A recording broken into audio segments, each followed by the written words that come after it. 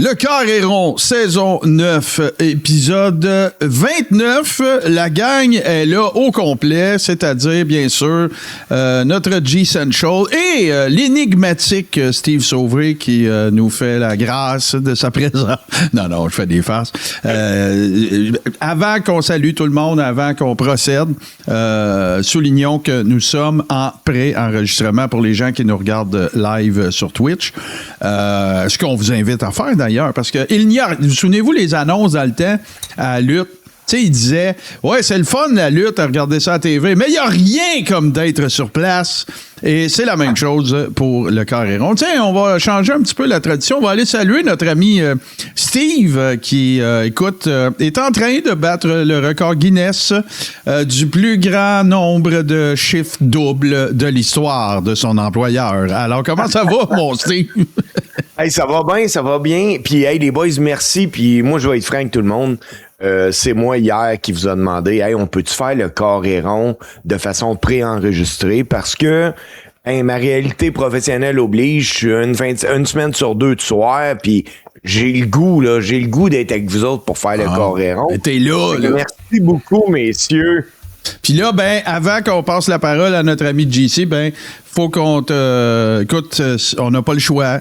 Ça arrive à chaque année. Aucun être humain ne peut s'y soustraire. Bonne fête, Steve! Bonne fête, Steve! Hey, tu pensais qu'on passerait drette, hein? Je vais vous raconter mon réveil d'hier matin. C'était tellement drôle. Je travaillais de soir, fait qu'il est peut-être 8h30. Guylaine est en congé. Et elle me vient en me caressant le chest et en me disant « J'ai une belle surprise, une belle gâterie pour toi. » Et là, ça n'en prend pas gros que la tête me part. Évidemment. Écoute, hein? Un homme de 50 ans. Et elle me sort une retentissante carte comme quoi que je suis membre de la FADOC. Ouais, je le nommerai pas, mais quand ça m'est arrivé, il y a quelques lunes, j'ai un chum qui a exactement fait la même affaire. En fait, il m'a envoyé un message texte et c'était une photo de la FADOC, une carte de la FADOC fake avec ma face dessus. Et moi, c'est une vraie, malheureusement. Ouais, non, c'est ça, je n'ai pas ma carte de la FADOC. Et quelqu'un qui n'a pas du tout sa carte de la FADOC, c'est JC, qui est encore dans la fleur de l'âge, n'est-ce pas? Et qui arbore quoi? C'est un chandail de hockey du Canada ou c'est... Oh, excuse-moi, je suis désolé, c'est l'angle dans lequel... Bon, voilà, pour ceux qui nous écoutent en audio, vous manquez tout un show. Mais comment ça va, mon cher JC? Écoute, ça va super bien, Martin. Les choses déboulent, c'est en site. Puis là, on est en plein road to WrestleMania. Oui. Puis il y a plein de nouvelles, il y a plein d'affaires intéressantes qu'on peut voir, entre autres, sur la Faisal. On va en parler plus tard, ça, c'est sûr. Mais... je suis donc bien content d'être là avec vous autres aujourd'hui pour taper ça, justement. Je veux saluer les gens qui vont être là en soir, qui vont nous écouter sur le chat en direct, là, parce qu'on a une belle crowd, on a une belle gang, puis grâce à eux autres, on avance à chaque semaine. On recule pas. C'est merveilleux. Très content de vous retrouver. Écoute, la semaine passée, ça faisait très longtemps que ça m'était pas arrivé et il y a zéro reproche, bien sûr, mais ça faisait bien longtemps que ça m'était pas arrivé de faire un Cœur est rond seul. Et écoute, ce n'était pas pour... ça me rappelait, bien sûr, la belle époque des débuts du Cœur est rond. Et pour ceux qui n'auraient pas eu la malchance d'écouter les premiers épisodes, je vous en fais une très courte imitation. Alors oui, bonjour, on est du Cœur est rond, vous n'êtes pas professionnel, voilà, c'était moi. C'était mon imitation. Martin, je vais pas t'interrompre. À chaque fois que t'as fait, on dirait que c'est pire d'une fois à l'autre. Ouais, c'est vrai. C'est voulu. C'est voulu. Hey, les gars... Le tape commence à être sale. Ouais, c'est ça, il y a de la garnotte. Je pense qu'on est rendu là. C'est le moment de discuter des actualités lutte. Écoutez, c'est sorti, puis il n'y a pas vraiment d'ordre chronologique, mais je pars avec ça, moi. Parce que ça fait partie de discussions qu'on a eues dans le passé, messieurs. Vince Russo affirme que, selon lui, John Cena est très aigri de la façon dont on a, comment dire, géré, si on veut, ou scripté sa sortie.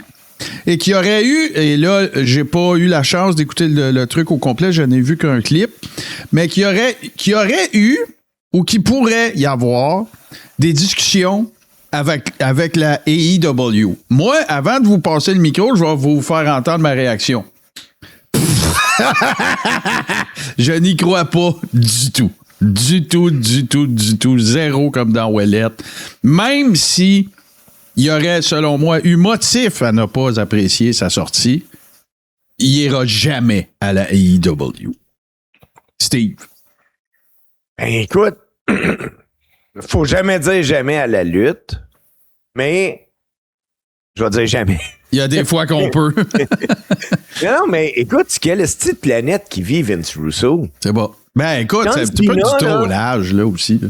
John Cena était sous contrat avec, puis toujours sous contrat d'ailleurs, avec la plus grande et prestigieuse organisation de lutte professionnelle au monde. Et il y avait de la difficulté à leur offrir du temps.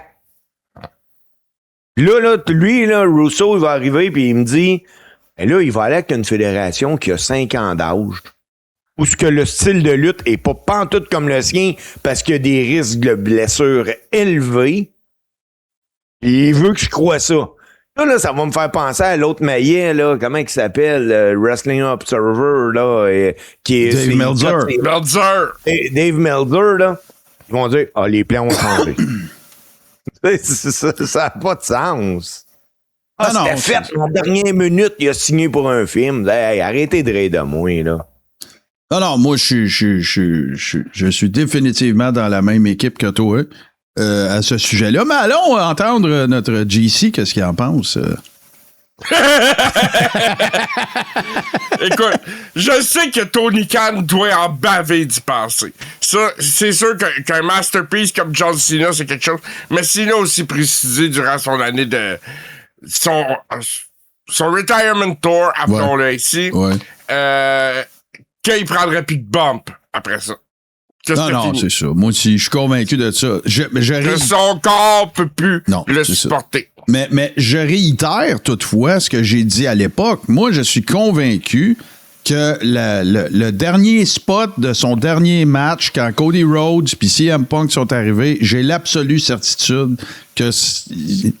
l'absolue certitude. Je vais faire attention, mais je suis très convaincu que c'était un audible, ça. Qu'ils sont débarqués là avec les ceintures. Sa face, son langage corporel, tout me dit qu'il regarde ça puis il est comme, mais qu'est-ce que vous faites ici? C'est pas ça qu'on avait dit backstage. C'est ça l'impression que j'ai. Moi, je pense que John Cena voulait redonner à business. Il a mis Gunther over. Il voulait faire son petit salut théâtral puis s'en aller dans le soleil couchant. Je pense que c'est ça qu'il voulait faire. Il voulait pas que tout soit à propos de lui. Il voulait que son départ soit à propos des autres, de mettre les autres over. Puis jusqu'à temps qu'on voit Cody Rhodes puis CM Punk arriver, je pense que c'est à ça qu'on assistait puis que ça s'est terminé avec un play action qui était pas prévu. Puis je pense, je suis pas capable de m'imaginer cette scène-là puis pas le voir faire comme fuck, c'est pas ça que je voulais, genre. Moi, je crois que de toute sa tournée de retraite, il y a un match qu'il aimerait revoir, c'est son dernier, parce qu'il était beaucoup moins bon que les autres, là, on s'entend là-dessus. Tu parles de la dernière année, là, pas toute, là. Juste sa dernière run. Sa tournée de retraite. Là, ouais, OK, t'as raison. C'est ça que t'as dit. Mais, tu sais, il est sûrement moins content de son dernier match que, mettons, celui contre AJ, là. Non, c'est sûr, AJ, c'est un classique, là. Mais, de penser que Cena pourrait être... premièrement, il n'y a pas besoin d'argent. John Cena, là, c'est pas que l'argent que tu vas aller chercher. Non. Mais penser qu'il pourrait avoir envie de remettre ses running shoes puis aller lutter, non. Non. Tu sais, garde, là, faisons le décompte ensemble, Steve, là. Le 17, il l'a. Plus que 20 ans dans le business, il l'a. Ça a été la face de la compagnie pendant entre 15 et 20 ans, là, je dirais, parce que est arrivé Roman un moment donné, puis là, ben, lui, son après-carrière a pris son envol. Tu sais, il y a le Grand Slam, il y a le Grand Slam aussi. Il l'avait pas, il l'a eu avec la IC Belt. Puis quand on parle de poster boy, là, Martin, là, ce gars-là a été sur plus de 80 posters de pay-per-view. Bon, fait que, écoute, tu sais, je veux dire, il y a absolument, mais totalement et complètement rien à prouver dans cette industrie-là. Je suis un peu on va bouncer un peu pareil, parce que je suis un peu surpris toutefois de ne pas le voir rentrer au Hall of Fame tout de suite. Sauf que, je veux dire, c'est une formalité, ça va être l'année prochaine, c'est clair. Est-ce que John Cena va entrer au Hall of Fame en Arabie Saoudite? Peut-être. Ben, moi, là, on va vous dire de quoi, là. Je suis pas capable de me rapper la tête autour de WrestleMania à Riyad. Je suis pas capable. Il n'y a rien à faire. Martin, t'es pas le seul. Il y a Bully Ray qui est dans ce je suis pas capable. Je le vois pas, je le file pas, je l'entends pas, je le sens pas, je le vois pas. Bully Ray qui a fait une déclaration une couple de jours à ce sujet-là, puis il disait que il s'imagine pas que les 2 soirs de WrestleMania vont être à Riyad. Ça va arriver. Ça fait pas de sens. Ça va arriver, mais moi, je trouve ça, je ne sais pas, là. Puis j'essaie d'être le plus ouvert d'esprit possible, d'être, tu sais, de pas être plein de préjugés, puis toute l'équipe. Ça n'a rien à voir avec l'idéologie principale des gens qui habitent là. Ben, je dis ça en même temps. Je peux pas être objectif, mais tu comprends. Ça a beaucoup à voir, pareil, Martin. Ben, ça a à voir avec ça, mais c'est juste, tu sais, l'affaire qui me fait le plus accrocher, c'est que le premier WrestleMania qui sera pas en Amérique va se passer là, puis c'est pas en Europe. Puis il mériterait bien plus qu'en Europe. Je le sais que ça va pas au mérite, ça va au dollar, c'est correct, j'ai compris. Mais tu sais, j'aurais bien plus vu ça à Wembley ou whatever, là, un très grand stade européen. Moi, ce qui me fait capoter, là, pour l'avoir vécu WrestleMania, c'est que c'est pas juste un gala de lutte. Ben non, du tout. C'est le moment, une semaine dans l'année, là, où les fans de lutte se réunissent puis trippent ensemble, que tu t'arrives de n'importe où dans le monde et tu vas voir de la lutte indie, tu vas voir plein de choses. Mais là, tout ça, là... Hey! Tu sais que Joey Janela va faire son show? Tu m'en allais exactement dire ça. Où est-ce que Joey... Tu sais, regarde, là, tu nous racontais, c'est-tu le dernier week-end? Le dernier Mania, celui d'avant, Mike Bailey avait eu 13 bookings, là. Oui, c'est il y a 2 ans. C'est ça. Fait que, tu sais, ça arrivera pas à la Riyad. Il n'y aura pas de spot show nulle part, puis il n'y aura pas de gala indie, puis il n'y aura pas de... Tu sais, c'est la... c'est le monopole total et complet de l'industrie de la lutte pendant 2 jours, puis là, ben, ça va se passer. Tu sais, parce que... Là, je vais peut-être loin, mais, tu sais, mettons, là, moi, je pense qu'un Tony Khan... un Kurt Bauer de Major League, la gang de Game Changer, la gang de PWG, tu sais, toutes les feds là, tu sais, d'importance quelconque, tu sais, qui gravitent autour de WrestleMania. Tony Khan est bien plus au courant de leur existence que n'importe qui au sein de l'AI. Oui. Puis de l'existence puis de l'importance que ça a. Je suis sûr de ça. Et moi, je pense que pas AEW, là, je m'en fous de la AEW. Moi, tout le monde sait ce que je pense de la AEW. Non, c'est pas vrai. Je me fous pas de la AEW, je me fous du contenu qu'elle nous présente. Pareil. Mais ça serait le temps, là, dans le week-end de WrestleMania, Riyad, et un vrai Forbidden Door. Oui, c'est quel bon call. Oui.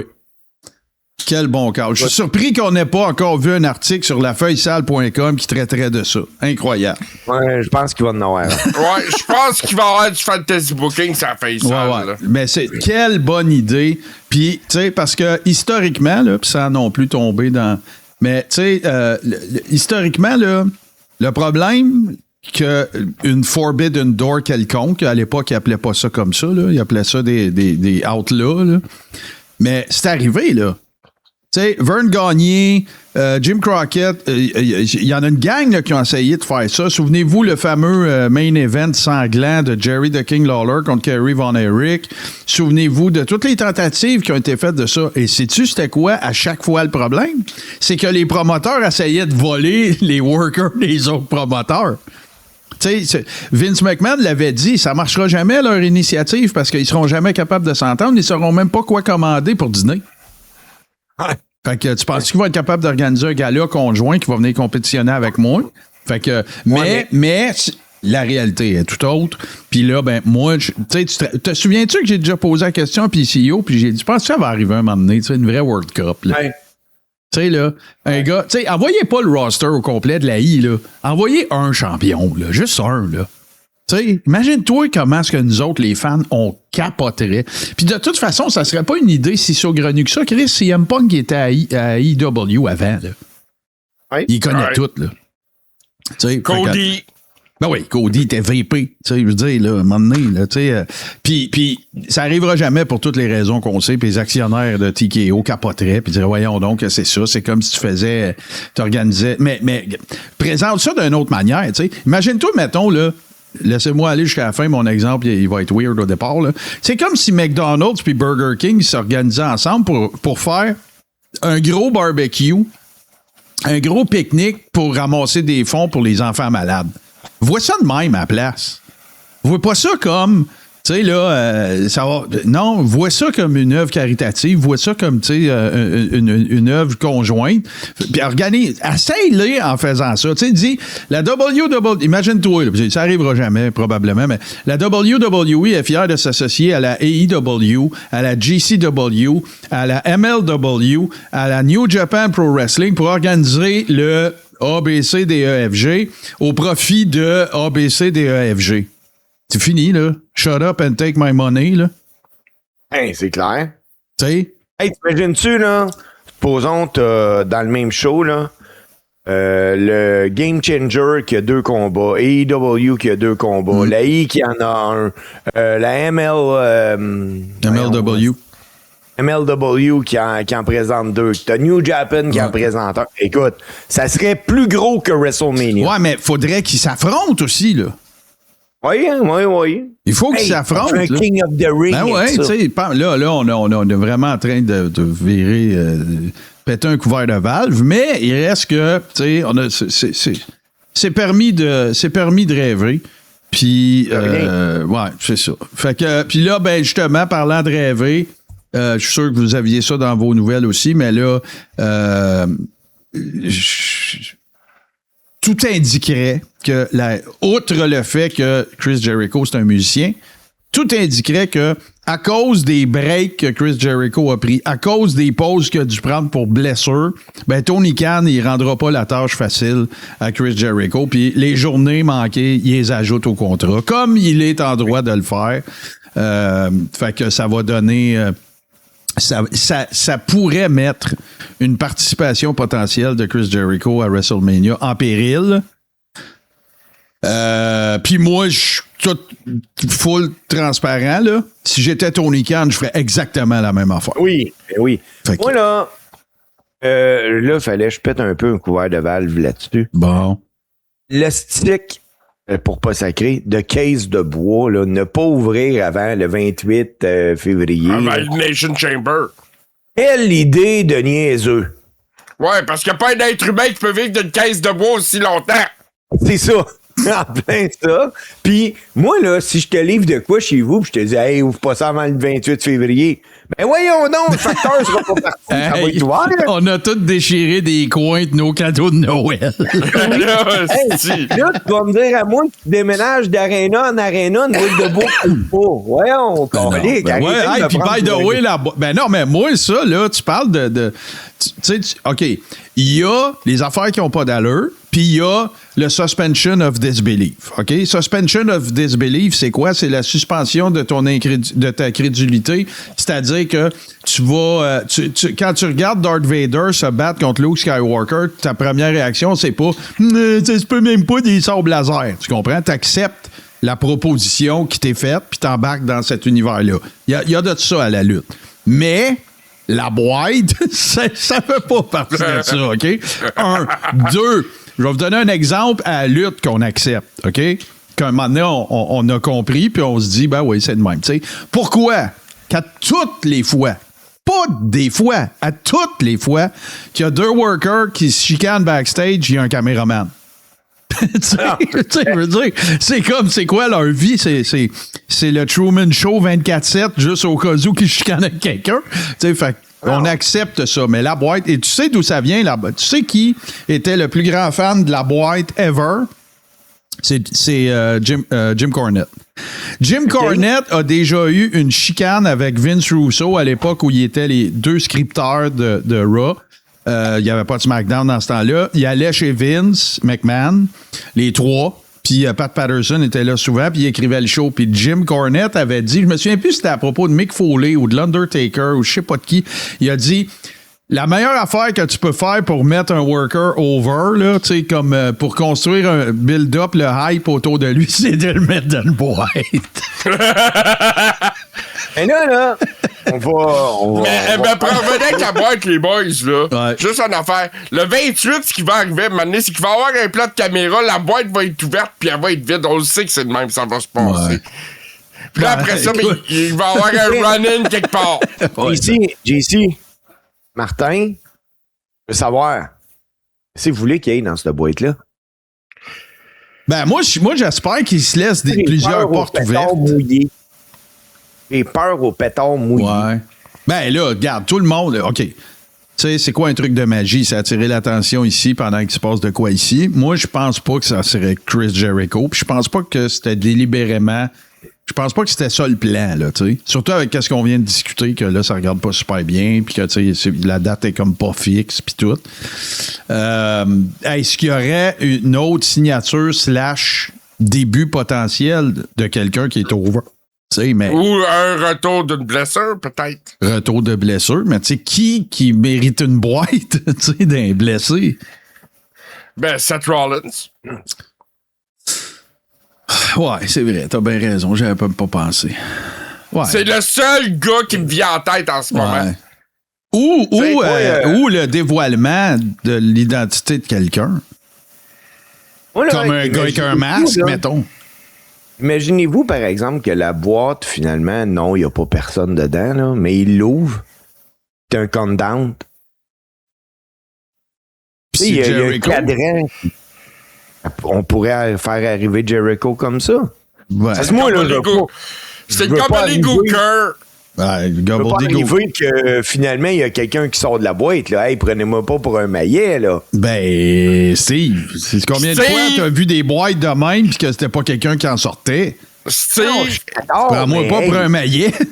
Steve, prends-nous pas pour des maillets. Tu penses qu'ils nous prennent pas pour des maillets? Retourne voir la promo des Bella Twins d'il y a 2 semaines à Raw. L'as-tu vu, ça?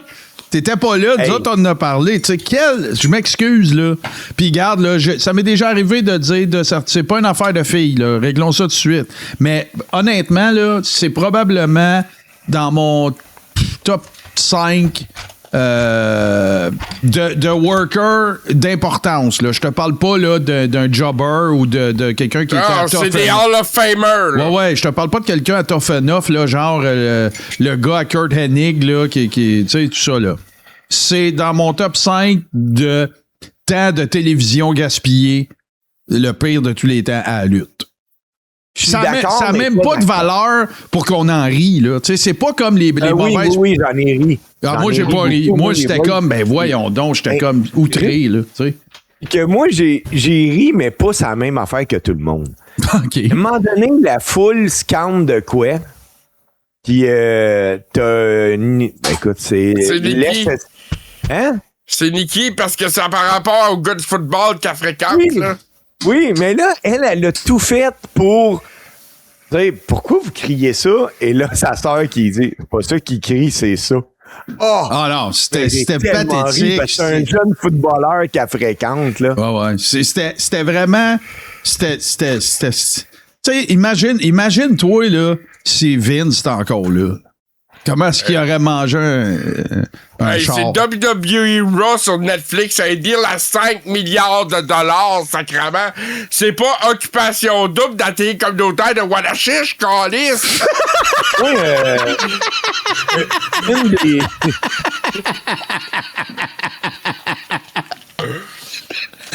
C'est Martin.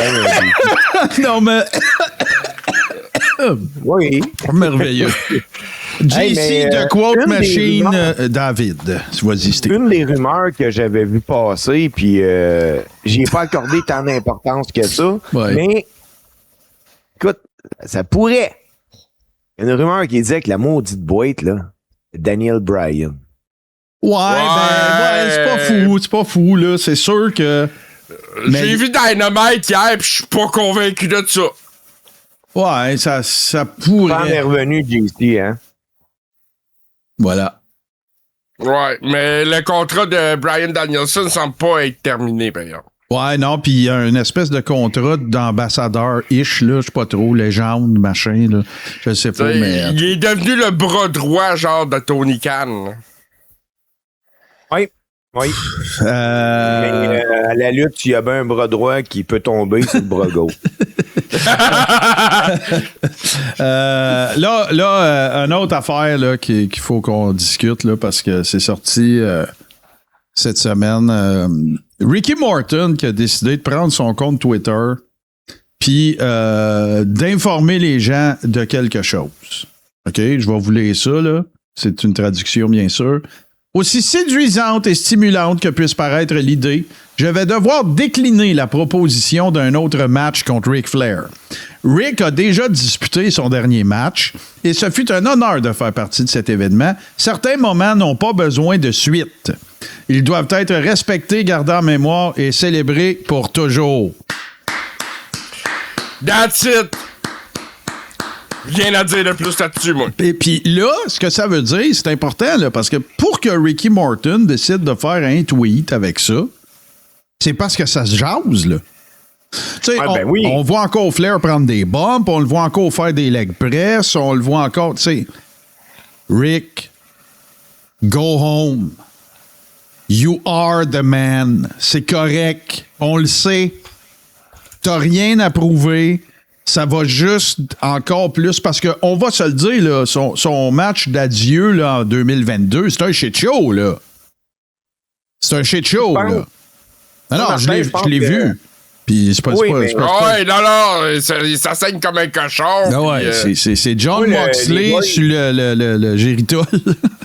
Ouais, moi, je pense que le prince Abdullah, là, il doit avoir demandé Ric Flair en Arabie Saoudite à WrestleMania, là.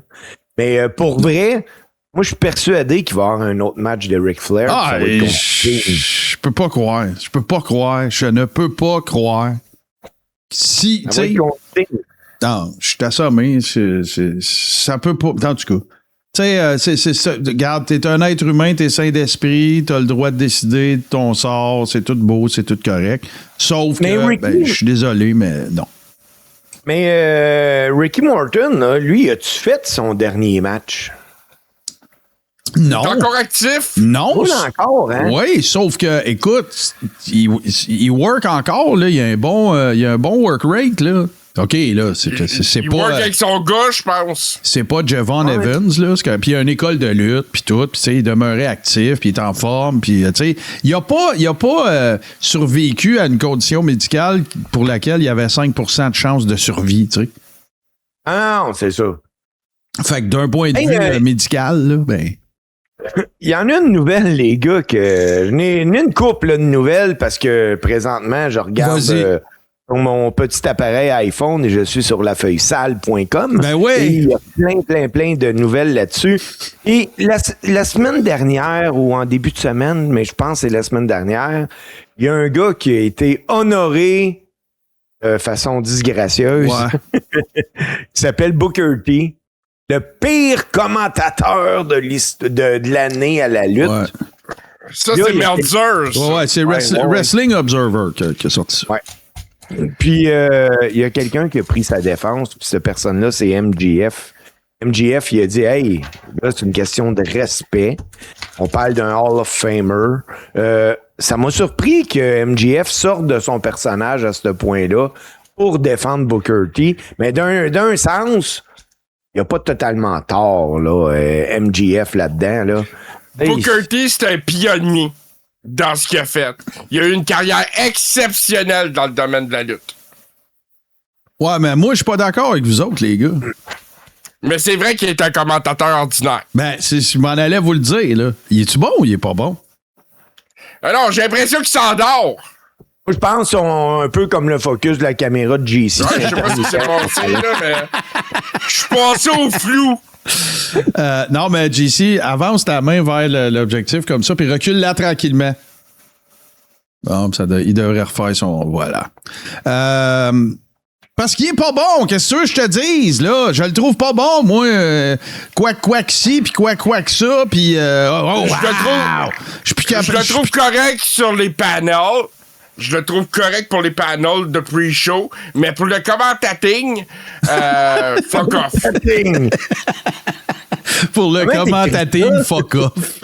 Hey, mais il est moins épais que Pat McAfee, calique. Ça se vaut pas mal. Ça se vaut pas mal. Mais là, il y a une affaire qu'on parle pas de cette histoire-là. Les gars, MJF est un fucking génie. Ben oui. Comment rendre une nouvelle de la WWE à propos de toi?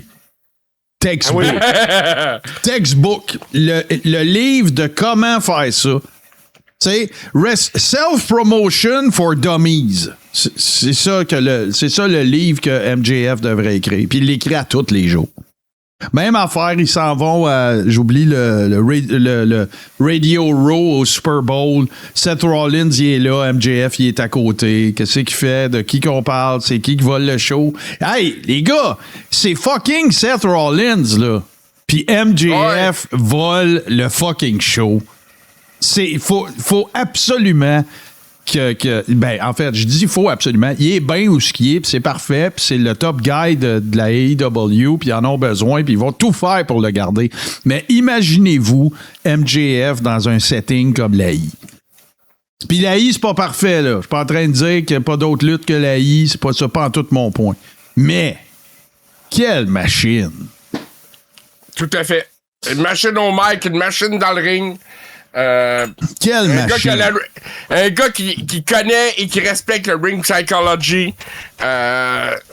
Non, c'est ça. Steve, t'es GM, toi, là. C'est toi qui décides, là. OK? Puis, tu sais, on connaît pas les valeurs exactes des contrats, puis tout, là. On a une bonne idée de c'est qui les gars les plus payés, puis les filles aussi, là, à WWE. Mais, tu sais, comparé à un Roman Reigns, t'as l'opportunité d'avoir un MJF. Tu le places où dans l'échelle salariale à AI?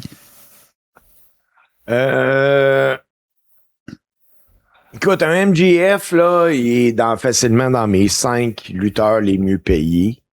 Eh ben, moi, je vais te dire des lutteurs vraiment actifs. Là. Je compte pas des Brock Lesnar, des choses de même. Mais tu sais, t'as un Randy Orton qui est très, très bien payé. Ouais. Ben, gars, c'est pas dur. Je le place juste en haut de KO. Parce que tout ce que KO fait, MJF le fait, sinon mieux. Ouais, c'est ça. Ben, tu sais, c'est ça. T'es dans l'échelle. Tu serais dans l'échelle, là, Roman, Seth Rollins. Avant Roman. Tu le paierais plus cher que Roman pour l'avoir. Eh oui, parce que MJF, il sera pas part-timer. Clair. Il y a du monde. Roman, là, on l'a vu, là. On l'a vu. Mais MJF, à eux, on l'a jamais vu. Ouais, mais il te manque un facteur, là, par exemple. Là. Tu sais, t'étais ici, on a regardé Mania ensemble. Le Rumble. Le Rumble, excuse. Roman provoque des réactions très puissantes chez les dames que MJF provoque moins. Ouais, c'est ça. Roman, c'est bébé. Oui, c'est ça. Roman, là, c'est... viens chez nous en Biscagaz pendant qu'il pleut sur une toune de Bon Jovi me voler à mes parents, là. Tandis qu'MJF, c'est ta gueule. Ma mère va te faire une soupe. fait que tu sais, il faut quand même rendre à César. Mais c'est sûr que moi, il est dans mon top 5 gars, là. Automatique, là. Même pas proche, là. Je veux dire, c'est aucune question. Combien ça coûte? Bring it. C'est sûr. À cause de la réalité de la vie d'aujourd'hui, là, si je dois partir une fédération, puis tu me dis, Steve, t'as un budget illimité, puis tout, là, Ouais. il faut que tu choisisses. Je prends MJF avant Randy Orton, parce que Orton, il est pété. Moi, je prends MJF automatique avec tous les workers qui existent à la Terre. MJF, c'est mon gars que je construis ma... Autant je dis toujours c'est Ric Flair, là, tu sais, dans tous les workers de l'histoire de l'humanité, c'est Ric Flair que je prends. Dans son prime, là. Aujourd'hui, c'est MJF. Ben, c'est ça, parce que le mic work, juste son mic work à MJF, c'est un talent exceptionnel à ce niveau-là. Il n'y en a pas beaucoup à AEW, puis même à WWE, là. Des faits mainstream qui sont capables d'avoir du mic de ce niveau-là. Il y en a très peu. Moi, vous savez ce que je pense des promos de lutte interminables, là. Mais la meilleure promo de lutte qui m'a donné, que j'ai pu voir, c'est vraiment celle que MJF il dit qu'il y avait des photos de CM Punk quand il était jeune dans sa chambre, puis que Punk arrive en courant pour s'excuser, puis c'était du grand art, ça. Quand il monte, la photo de qui a pris CM Punk puis tout, c'était la feud de l'année cette année-là. Là. C'est même pas une des meilleures feuds de leur histoire à AEW. Ah, c'est la meilleure. C'est la meilleure. Il n'y en a pas d'autres, là. Qu'est-ce que tu veux sortir d'autres? Il n'y en a pas d'autres. Écoute, CM Punk qui met le kid over, toute la patente, c'était génial. Puis en plus, c'était tellement bien booké que tu avais la possibilité de mettre un troisième worker over avec Wardlow dans cette histoire-là. Tu sais, ça a donné des résultats mitigés, là, mais parce que, tu sais, le Mart Stradamus que je suis a un dossier assez intéressant en termes de signature à la WWE, à la AEW. Puis un de ceux que ça s'est pas produit puis que j'étais convaincu que c'était pour se produire, c'était Wardlow. Pas arrivé parce qu'il y a eu des blessures, parce qu'il n'a pas été chanceux, parce que, là. Mais voilà. Quand il a coupé ses cheveux, c'était tel un Samson. Il a perdu son pouvoir. Les gars, il faut que je vous parle de... Tu sais, on parle toujours au sein des Hall of Famers puis des Old Schoolers, puis tout ça, on parle toujours de Kevin Nash. Kevin Nash, qui est ce gars qui a probablement... C'est probablement un des workers qui a fait le plus avec le moins en termes de talent dans le ring, là, sans rien y enlever, là, évidemment. Puis, tu sais, il est toujours considéré comme on point avec ses takes puis ses opinions, que ce soit politique, lutte, peu importe. Mais là, il l'a échappé cette semaine parce que... il a émis un commentaire à l'effet que, selon lui, Javon Evans était utilisé de la mauvaise façon, que sa gimmick lui rappelait un personnage qui s'appelle, ou en fait, un artiste qui s'appelle Mr. Bojangles, qui fait référence à une époque pas mal plus sombre de l'histoire américaine, c'est-à-dire, sombre, en fait, ça fait partie de la culture, mais ce que je veux dire, c'est que ça peut être considéré comme une référence un petit peu borderline raciste, ou en tout cas, pensez là à tout ce que vous avez vu des personnages du vaudeville américain, là, tu sais, des personnages noirs ou pas afro-descendants, là, avec le visage tout peinturé noir, avec les lèvres blanches et tout ça. On appelait ça des ménestrels à l'époque.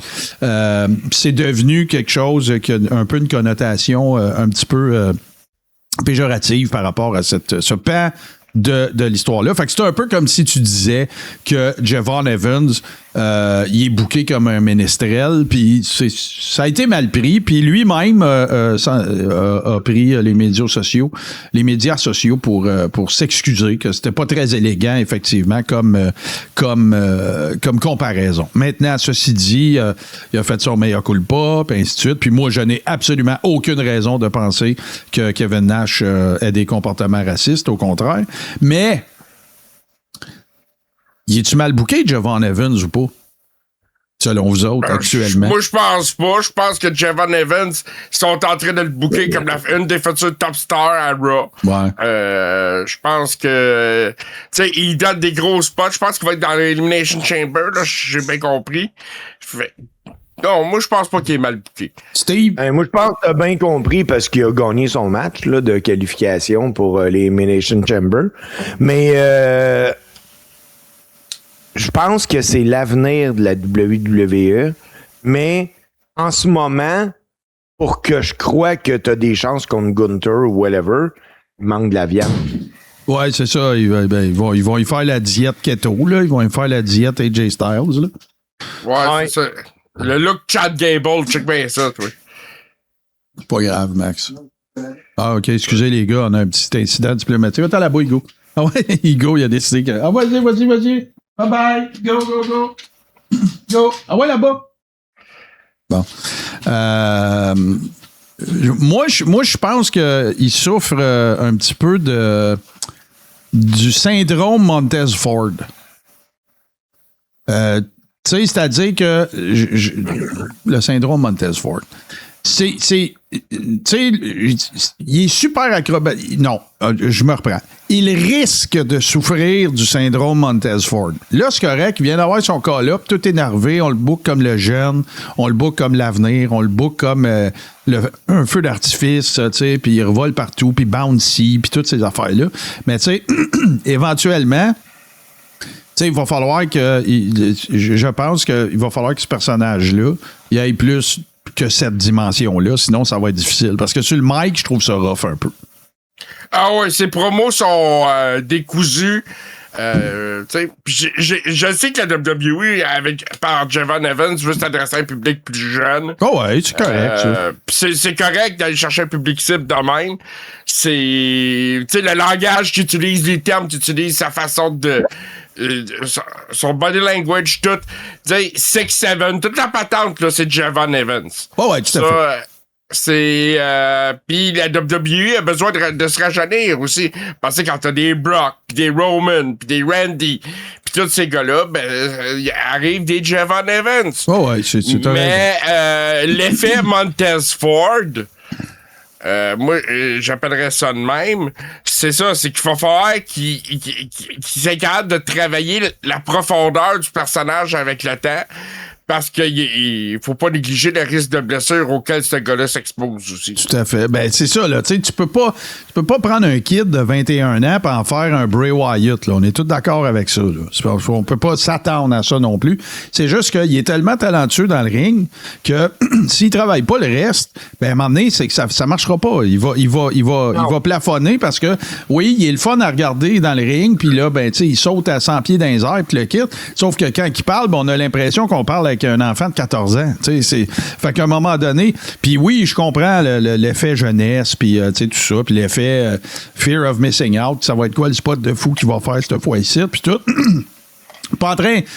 peut-être qu'on peut sembler déjà être en train de ramasser un jeune worker. Non, c'est juste que on regarde ça s'en venir, puis éventuellement, ça pourra pas être unidimensionnel. Ou... ben, puis là, glisser un mouthpiece, puis organise quelque chose, là, parce que sinon, ça va être difficile. Mais pas demain, là, pas dans un an. Mais, s'il y a des choses que la WWE nous a déjà démontré, c'est que ils attendront pas 4 ans non plus. Là, il va falloir qu'il y ait un développement. Puis, ils en sont responsables aussi de le développer. Là, c'est pas, OK, va dans le ring, fais tes matchs, puis après ça, regarde-toi dans le miroir, puis parle-toi. Là, Martin, quand tu dis pas demain, pas dans un an, moi, j'ai pas envie de revoir 50 fois parce que, tu sais, il y a 52 semaines dans une année. Javon Evans, dans ma TV, s'il est pas capable de me parler. Et c'est beaucoup, là, 50, là.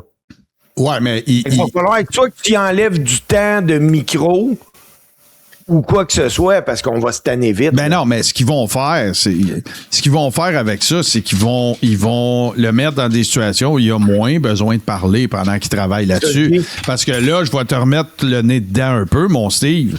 Mais combien d'années ou de semaines tu penses qu'on a chié sur Dom Mysterio, là? Fait que, hein? Achale-moi pas, là, avec ça, là. Tu sais, t'es rendu son plus grand fan. Puis, tu sais, je veux dire, ça n'a pas de bon sens, les affaires qu'on a dit sur lui. Un gars qui a fait Dark Time, je respecte ça. Ouais, le hard time, écoute. Mais non, puis on pourrait même aller jusqu'à dire qu'on a réservé un peu le même traitement à Cody Rhodes, tu sais, puis à Star, on a tout le nez dans notre caca au sujet de Cody Rhodes puis au sujet de Dirty Dom. Je suis pas plus fan de Cody aujourd'hui, par exemple. Ouais, mais... wow, là, tu liché les pieds il y a 3 semaines. Non, mais JC, tu dis que t'es pas plus fan, mais moi, je te garantis, oublie pas que tu parles au gars qui a les clés de toutes les shows qu'on a faites, là. Fait que, tu sais, il y a des affaires qu'on a dit que c'est même pas être fan, là. C'était épouvantable. Ah non, c'était de la haine! C'était de la haine! C'était épouvantable. C'était de la pure haine! Et son hostie de tatou dans le cou, là, je me souviens de ça, là. Hey, sérieux! Là, qu'est-ce qu'il a fait, Dirty Dom? Il s'est fait tatouer dans le cou, lui, avec. Bon. Hey, moi, là, je vais vous inviter à continuer. Laissez-moi 2 secondes parler de Cody Rhodes. Faut que je vous montre le quoi. Ah, vas-y, on te pardonne. Mais non, tu sais, Javon Evans va... Tu sais, mettons, là, moi pis toi, on est tout seul, là, JC, là. Ouais. Mettons, moi pis toi, là, on jase de, en ce moment, les gars, parce que là, on parle de gars, tu sais, on parle d'avenir au sein de la WWE. T'as Javon Evans, t'as Braun Breaker, mais tu as encore Austin Theory là-dedans? Austin Theory est, selon moi, le meilleur gars que la WWE avait pour prendre la place de John Cena. Puis là, ils l'ont échappé. En plus, ils l'ont laissé se couper les cheveux. Il était assez lettre. Bon. C'est vrai, cette coupe de cheveux-là, là, Steve, c'est lettre en tabarnak. Ouais, les cheveux rasés, là! Hey, les gars, ma fille est arrivée avec ça chez nous. Ah, mais non. Ouais. Hey, attends une minute, faut que je te mette en feature. Attends un peu, là. Faut continuer de nous montrer ça, là. Hey, c'est lettre. C'est vraiment lettre. Il n'y a même pas de tatou dans le cou. Arc. Hey, c'est un scrap à mania, Hey, ça. il est horrible. Arc. Il est horrible. Wesh.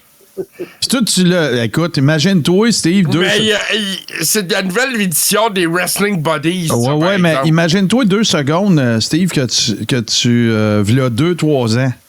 Elle serait rentrée avec ça dans la maison. T'aurais capoté. Dans le temps qu'on le ramassait à toutes les shows. Non, mais écoute, les gars, j'ai une question. Je vais commencer avec... on va commencer avec JC. Selon toi, est-ce que Chelsea Green est une main eventer? Oh, moi, j'en suis convaincu. Ça fait longtemps qu'on le dit, mais c'est aussi dans le Coréron. Je sais que Rikishi semble partager notre opinion. Tout à fait. Mais semblerait que Michael Hayes ne partage pas notre opinion. Non, ben c'est ça. Toute cette histoire-là, ça vient en fait de Unreal, la saison 2, voilà.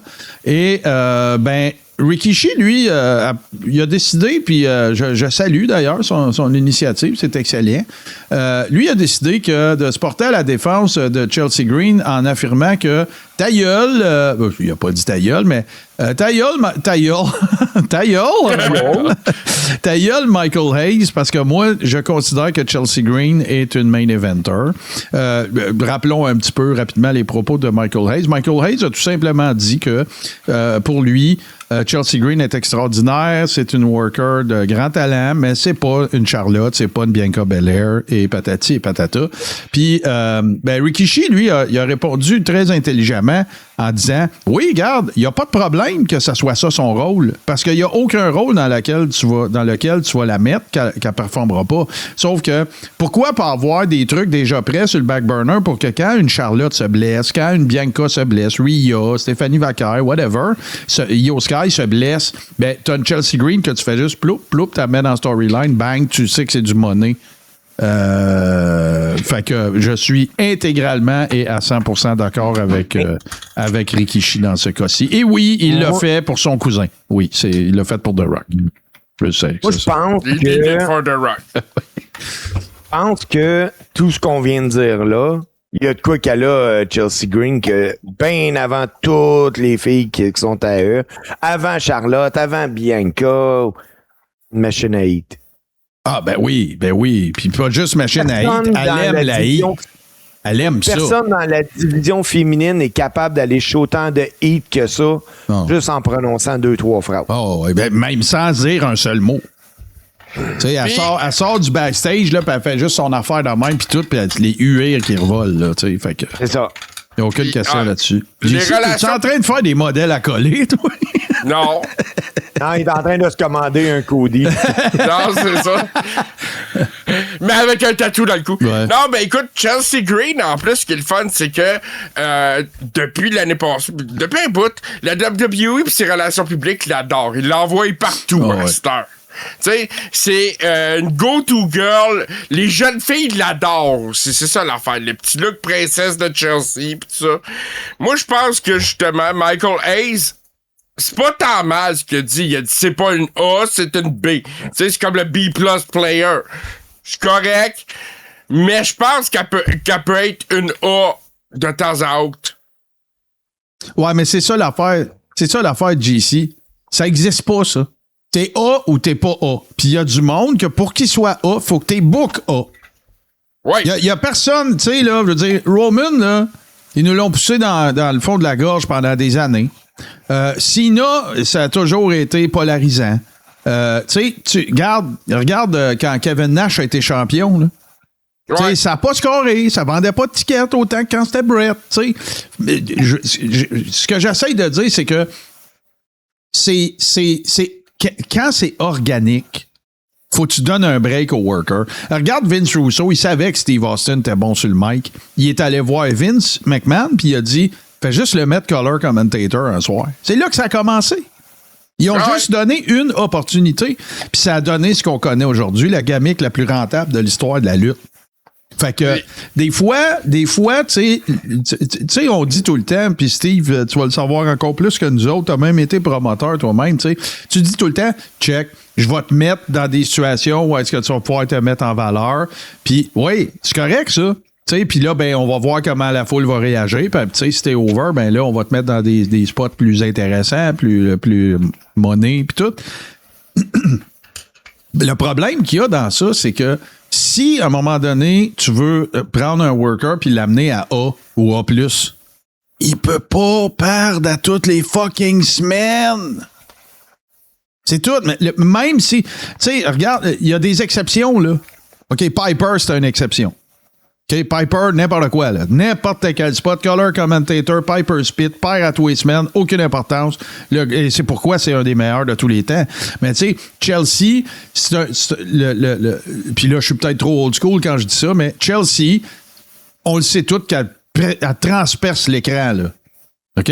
Mais ton effet de transpercement d'écran, là, il s'altère un petit peu quand t'as voué perdre puis se faire mettre du gâteau d'en face, puis tu sais, c'est ça l'affaire, là. Tu sais, c'est une question de booking à un moment donné aussi. Là. C'est pas juste le worker qui travaille fort. Là. Je pense que le côté burlesque, c'est du personnage de Chelsea aussi. Mais moi, je pense aussi que Chelsea Green, son plus grand accomplissement, ça a été de rendre relevant le US title féminin. Parce que depuis qu'ils ont fait son premier règne, tout le monde se crise de la ceinture puis de Julia. C'est ça qui arrive. Absolument. Okay? Cette ceinture-là était relevant autour de la taille de Chelsea Green. Puis ça, c'est son accomplissement principal en ce moment. T'as 100% raison. L'affaire qu'elle va pouvoir garder avec elle et que personne ne va pouvoir y enlever, c'est que ça a été elle la première. Ouais.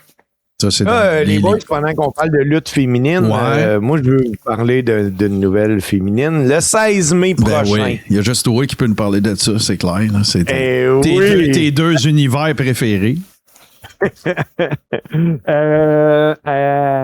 Au Dôme à Los Angeles, là, pour le Most Value Promotion de Jake Paul.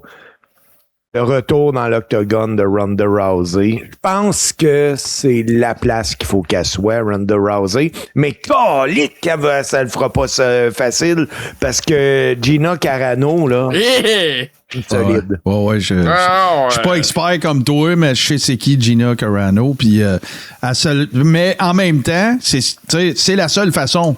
C'est la seule. Tu sais, mettons qu'elle aurait fait. Mettons là, qu'il aurait donné là, une faire-valoir, là. Ben, tout le monde aurait dit c'est stagé, c'était juste pour vendre des tickets. Oui. Fait que. Oui.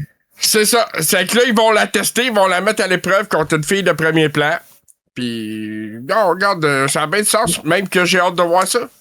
Ah, ça va être bien plein de monde. Que ça soit pas chez eux, hein? Qui? UFC doit être fâché que ça soit pas chez eux. Ah, que ça soit. Ben, il aurait voulu que ça soit à Vegas, genre, Non, mais c'est que c'est pas UFC qui est là-dedans, là. Ah, que c'est pas. OK, chez eux, dans le sens. C'est Jake Paul qui fait la promotion de ça. Oui. Mais en même temps, c'est à eux autres de la coxer pour qu'ils reviennent. C'est quoi le problème? Oui, mais de ce que j'ai pu voir un peu, là, c'est que jamais UFC va avoir payé Ronda le prix qu'elle va avoir pour ce combat. Ben, c'est ça, parce que, ben, tu sais, toute la. Tu sais, on pourra dire ce qu'on veut, là, puis moi, Jake Paul, je l'aime pas, là. OK, on va tout dire ça. Mais il paye bien. Mais c'est ça. J'ai pas plus d'amour pour lui. Mais par contre, c'est ça. C'est que une des façons qu'il a trouvé de révolutionner ce sport-là, puis révolutionner, c'est peut-être un grand mot, là, mais de rafraîchir, c'est justement ça. C'est la façon dont il traite les athlètes.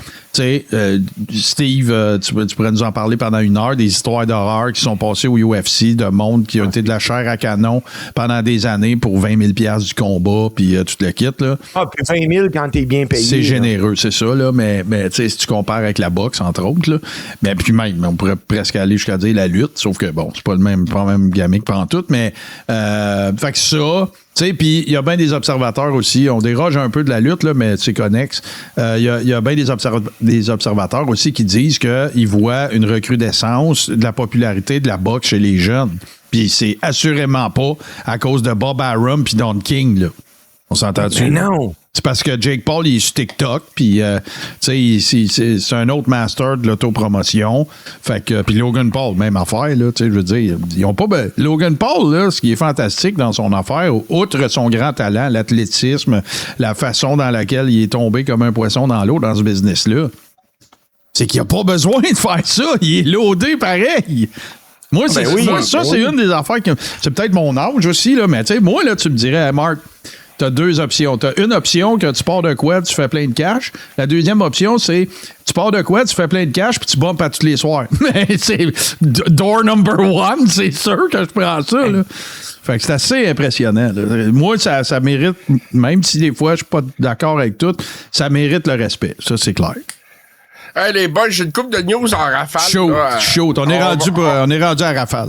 J'en ai avoir une grosse news. Il y a la nouvelle saison de Dark Side of the Ring qui s'en vient, Martin. On est content. On aime ça, Dark Side of the Ring, dans le Coréron. Puis, écoute, sur leur Instagram, ils ont teasé le monde. Il semblerait qu'il y aurait un épisode sur la carrière et la vie de Ray Traylor, le Big Boss Man. J'ai bien hâte de voir ce qui s'en vient autour de ça. Merveille. T'as-tu les autres sujets? Non, pour l'instant, c'est tout ce qu'on a. Puis ils disent que ça devrait sortir là, pour la fin avril, début mai, là, les premiers épisodes. Fait que, on va être prêts. Ça s'en vient. J'espère qu'ils vont parler du... je me souviens plus si c'était à Starrcade, je pense que oui. Du fameux incident à Jim Cornette qui se pète le genou parce que Big Bubba, le Ray Traylor, l'attrape il est pas là. Bon, ensuite de ça, on va voir la WWE qui s'en va en Italie pour Clash en Italie en 2026. Là, j'essaie d'avoir la date. La Clash en Italie, ça va être le 31 mai à Turin en Italie. Torino. Et Double or Nothing de la AEW qui va être tenu à New York. Dans le... Attends une minute, le Louis Armstrong Stadium dans le Queens, une place plus contenue jusqu'à 14 000 personnes. Bon. Avez-vous vu passer les segments vidéo de El Grande Americano qui parle en espagnol? Puis après ça, écoute, tu sais, je suis comme ça à la ligne, là. OK? Tu sais, je trouve que c'est un peu ordinaire le traitement qu'ils font. C'est un peu de l'appropriation culturelle, tu sais, de voir Ludwig Kaiser, puis l'autre, là. Chad Gable? Non, c'est deux sbires, là. Pete Dunne, puis l'autre, là. J'oublie tout le temps son nom. Voyons, comment il s'appelle, maudit étole? Lui. Oui. Le partner de Pete Dunne là, qui fait le Grande Americano. J'ai un blanc, là. Ah, c'est Tyler Bates. Bon, merci, Tyler Bates. Tu sais, je trouve ça un petit peu borderline appropriation / limite raciste, là, tu sais, l'imitation de l'accent hispanique puis tout le kit. Mais de l'autre bord, ben, tu sais, ça me fait sourire des fois, tu sais, quand je vois les trucs passer puis ainsi de suite. Moi, tout ce que je souhaite avec cette storyline-là, c'est qu'il se peinture pas dans un coin avec ça, là. Parce que c'est quoi le dénouement ultime de cette rivalité-là? C'est qu'on sache tout c'est qui est en dessous des masques, là. Tu sais, je veux dire, c'est ça. Ça deviendra pas, tu sais, Giant Machine puis Big Machine puis, tu sais, à un moment donné, je veux dire, c'est mort, tu sais, c'est destiné à se terminer, ça, cette feud-là, tu sais, sinon, à un moment donné, ça va venir un peu redondant, tu sais, tous les workers qui reviennent de blessure deviennent El Grande Americano, tu sais, c'est un peu, mais pour le temps que ça serait tellement bon, ça. Ben, à un moment donné, tu te tannerais, là, tu vas dire, ben, oui, c'est donc bien bon. Ouais. Mais tu sais, toute la gimmick de El Grande Americano, c'est bien grand coup quand Chad Gable s'est blessé. Ben oui, c'est sûr. Mais tu sais, je comprends qu'ils ont fait... Ça a beaucoup nuit au plan qu'il y avait avec ça, j'en suis convaincu. Ouais. Tu sais, quand t'as des citrons, tu fais de la limonade, là, je comprends. Sauf que, tu sais, à un moment donné, ben, tu sais, mets-toi dans la peau de quelqu'un, là, tu sais, d'origine mexicaine ou peu importe, sud-américaine, qui habite à San Diego puis qui regarde ça, là. Tu sais, un Allemand puis 2 Anglais qui exagèrent l'accent espagnol de quelqu'un, puis en s'appropriant une des affaires qui est la plus importante pour l'affaire qui est la plus importante pour les lutteurs sud-américains, puis surtout, évidemment, du Mexique, c'est le lucha libre. Tu sais, je veux dire, à un moment donné, là, tu sais, c'est comme si de Goon, à un moment donné, là, ben, ça aurait été un joueur de hockey québécois qui casse l'anglais. Tu sais, c'est complètement ridicule, là. Tu sais, à un moment donné, on aurait dit, là, c'est correct, là, votre joke, là, on l'a compris, là. Fait que, tu sais, pis c'est pas comme si des hispanophones, il y en a pas des fucking millions, là. OK? C'est pas comme, tu sais, tu peux même pas te retrancher derrière l'argument de dire, ouais, mais là, c'est juste une petite frange. Non, là, ça achète des t-shirts, ça paye des tickets, ça va voir des shows. Tu sais, moi, je trouve ça maillet. Honnêtement, je trouve ça maillet. Mais le problème, c'est que c'est un plaisir coupable. Tu sais, je trouve ça drôle. Oui. Fait que je sais pas quoi faire, tu sais. Moi, je pense qu'au-delà de l'indignation autour de ça, je pense qu'il y a beaucoup de fans autour de ce produit-là. Ouais, puis au niveau de la AAA, il y a quelque chose à faire aussi avec ces gars-là. Ouais. Est-ce que Steve, t'as dit que t'avais une grosse nouvelle? On attend ça. Ouais, ben là, avant ça... J'en ai une dernière, par exemple. Big Time Wrestling est en train de causer une polémique puisque dans les prochaines semaines, Big Time Wrestling, le 14 mars en Ohio, va recevoir pour une première apparition publique John Laurinaitis. Ça n'en prenait pas plus que l'annonce pour faire parler de la nouvelle. Ben oui. Et c'est pas un bon move qu'ils ont fait Big Time, là. Tu sais, c'est exactement à cause de qu'est-ce qu'on vient de faire qu'ils l'ont booké, si on en parle. Ben oui, on en parle, mais on n'en parle pas en bien. Non, là, on en parle. Fait que c'est correct. C'est de l'actualité de lutte. On sait toute l'histoire, Janelle Grant, tout ça. Puis, bon, regardez bien là. Si vous voulez vous faire une idée de qui est le personnage John Laurinaitis, ben, c'est le frère de Joe, qui était Road Warrior Animal. OK? Ouais. Première des choses. C'est un gars qui a eu un gros parcours. Il a eu un parcours aux États-Unis. Après ça, il s'est un peu expatrié au Japon. C'est devenu un peu l'espèce d'agent américain de japonais. Tu sais, si c'était un Américain, tu voulais te faire booker au Japon, t'appelais John Laurinaitis, il t'organisait ça. Lui, il était plus du côté d'All Japan avec Baba puis tout ça, là. Mais si vous voulez réaliser à quel point cet être humain est un sinistre trou de cul, OK? Ben, moi, je vous invite à découvrir, si ce n'est pas déjà le cas, une chaîne YouTube qui s'appelle Cultaholic et qui fait un topo complet sur la vie, la carrière intégrale de John Laurinaitis. Puis après ça, ben, revenez dans le chat sur Twitch, puis vous nous direz qu'est-ce que vous pensez de John Laurinaitis. Parce que, oui, c'est l'ex de la maman des Bella Twins. Et oui, ce sinistre trou de cul a à son actif la très édifiante réalisation de tromper sa femme pendant qu'elle se bat contre un cancer. Ouais. Entre autres. OK? Ça a de la classe, ça, Martin.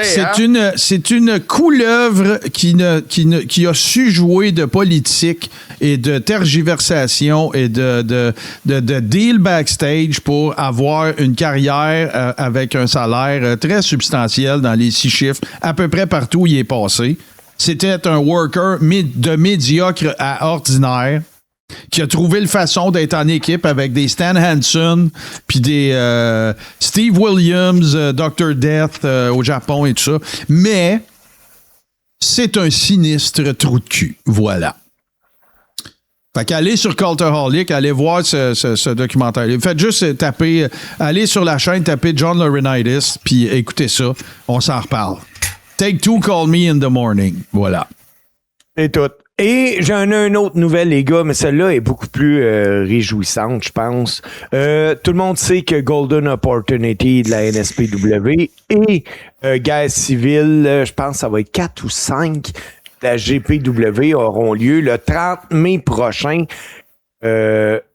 Ça retient beaucoup d'attention depuis les dernières années. Mais j'ai appris qu'un 3e gros show est en train de s'organiser la semaine d'avant à l'Arena de Sainte-Martine. Il rentre un peu moins de monde qu'au centre Sludge Poppy. Je vous compterai pas de mentir là-dessus. Il va rentrer à peu près 1000 personnes. Les billets devraient se vendre rapidement parce que moi, pour avoir parlé au promoteur, il me parlait de 20$ du billet là, pour un show d'aréna. Puis ça devrait être assez phénoménal comme show. Puis JC, parce que tu connais bien la personne qui va être dans le combat principal, Jack Saunders, le pilier de la NSPW, va être là sur place dans le combat principal pour affronter nul autre que l'adorable Steve Ace. Ben non! Pas le retirer, Steve Ace! Ouais. Il a dit oui juste pour aller affronter Jack Saunders. Hey, attends une minute, là.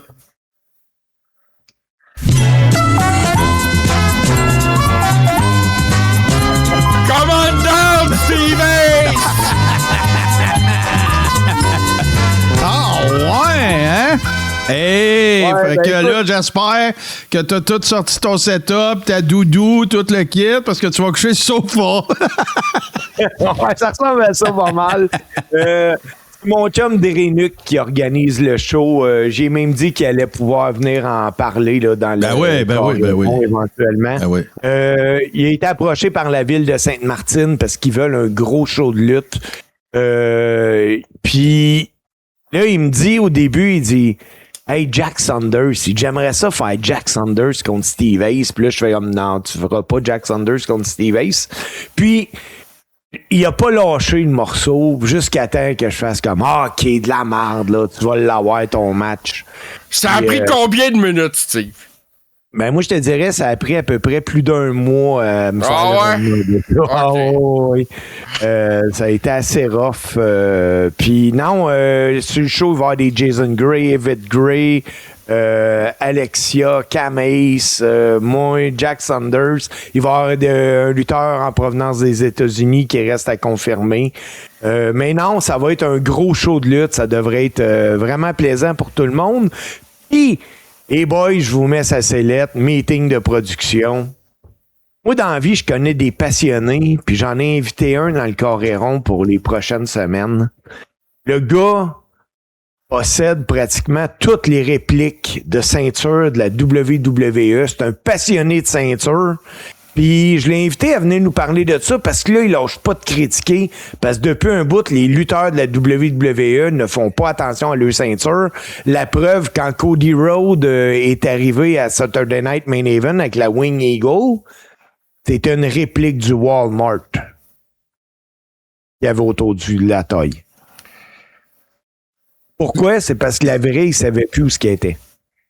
Fait que là, Steve, il y a quelque chose d'important là, que je veux m'assurer de vérifier, c'est que Guerre civile 6 J'essaie de trouver la date.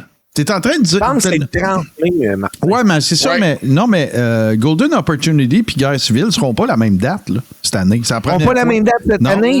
Non, c'est ça qu'il disait la dernière fois, c'est qu'ils sont assurés qu'il n'y a pas C'est été ça. en même temps comme ça. Il y en a un qui Tu est sais, le 6. les fans de lutte pourraient profiter des deux shows. C'est ça.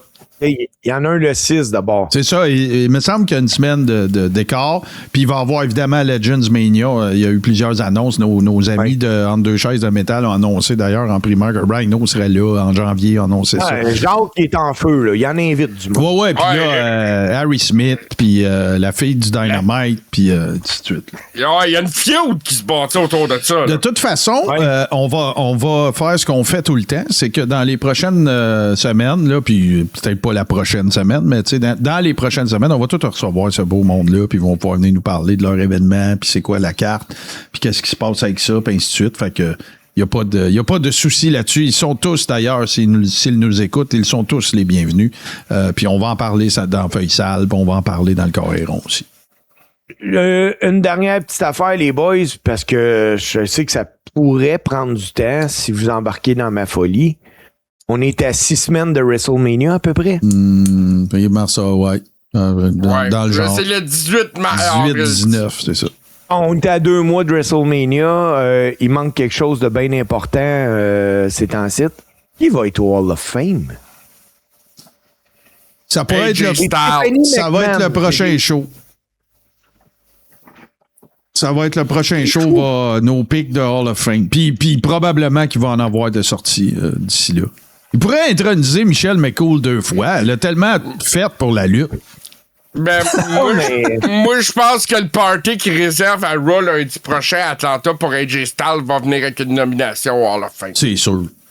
C'est sûr qu'AJ Styles va être. Tu sais, tu ne pourrais pas ne pas mettre AJ Styles avec la run qu'il a eu, son arrivée au Rumble 2016, je pense.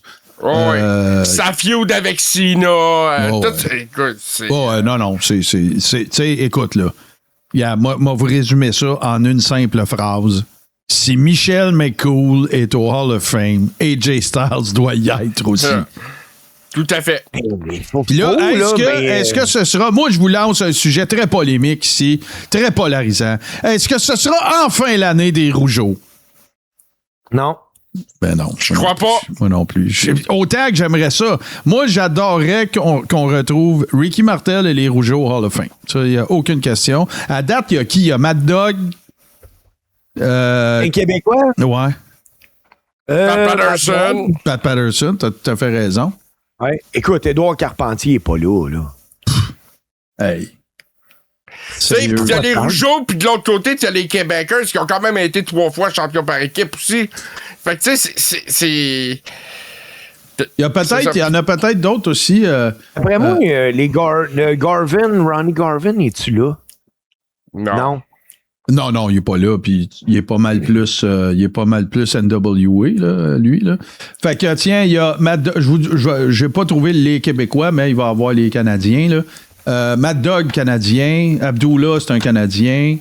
Rocky Johnson, peut-être le père de Rock, c'est un néo-écossais. Canadien. Ouais, il est né en Nouvelle-Écosse, il me semble. Sinon, Killer Kowalski, c'est un Canadien de nationalité. C'est un Montréalais, je pense. Je suis pas sûr de ça. Miz pourrait nous le dire.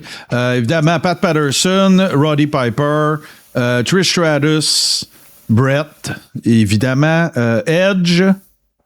Puis là, il y en a sûrement d'autres. Je vous ai sorti les plus prédominants, là, mais. Donc, il y a juste Mad Dog qui est québécois. Il y aurait juste Mad Dog, ouais. Puis, tu sais, Édouard Carpentier devrait être au Hall of Fame. Mais, tu sais, qui aurait pu faire en sorte que ça se produise? Probablement Pat Patterson. Puis, regarde, il n'est plus des nôtres. Et ça, là, ça veut dire, à une époque que le territoire de Montréal était vraiment important, Ouais. il y a juste Mad Dog. Ouais. Ouais, puis tu sais, je veux dire, tu pourrais très bien argumenter le fait qu'Yvon Robert devrait être là.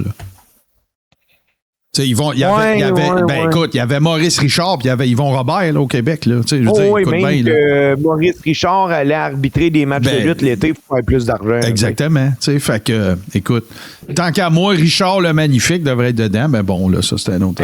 Les frères Rougeau, mais je parle pas de Jacques puis de Raymond, mais de Johnny puis de... Aussi, tu sais. De Jacques puis Senior. Ouais. Il aurait dû être là. Tu sais, parce que t'en as des vedettes, on va dire respectueusement, régionales. Tu sais, Crusher à Indianapolis, Baron Van Raschke. Tu sais, c'est tout, tu sais, je veux dire, Ed Farhat, le Chic original. Tu sais, ils ont eu des grandes carrières. Ils ont lutté au sein de la WWE, mais tu sais, l'affaire, c'est qu'il faut que tu regardes l'impact au moment où ils l'ont eu. Tu peux pas comparer qu'aujourd'hui. Parce que, tu sais, moi, je pourrais te faire valoir, et c'est plein de respect ce que je vais dire là, envoyez-moi pas de roche. Mais, tu sais, moi, je pense que Édouard Carpentier a fait plus pour la lutte que Edge, là. Ah oui? T'sais, ben oui. Ouais, si Edge a pu lutter et performer à ce niveau-là, c'est parce qu'il y a eu Édouard Carpentier à un moment donné. Puis ce que je veux dire aussi, c'est quand je dis ça, je parle pas juste d'Édouard Carpentier à Paul Sauvé, à Palais National, puis au Loisir Saint-Jean-Baptiste. Là, je parle partout dans le monde. Là. Ben oui, c'est ça. Là. Fait que... on peut penser à Pat Girard, qui aurait pu y aller.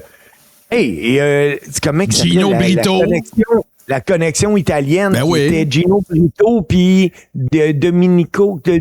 Ah, tu parles de... Oui, c'est le gars Tony Parisi. Il y a eu Tony Parisi, mais toi, tu parlais de... Le gars que tu cherchais, c'est Dominique Denucci, qui est le gars qui a entraîné... non, mais Tony Parisi aussi, mais Dominique Denucci, c'est le gars qui a entraîné Mick Foley, entre autres. Mais fait que c'est ça. Fait que, tu sais, regarde, c'est le débat qui ne s'arrêtera jamais. C'est le Hall of Fame, si tu veux un vrai Hall of Fame. Ben non, c'est pas un Hall of Fame. Le chauffeur du père de Vince, c'est dedans, là, tu sais. Fait que, hey, on va faire une petite pause, les gars, puis on va revenir. On va revenir avec une surprise. Tout de suite après ceci.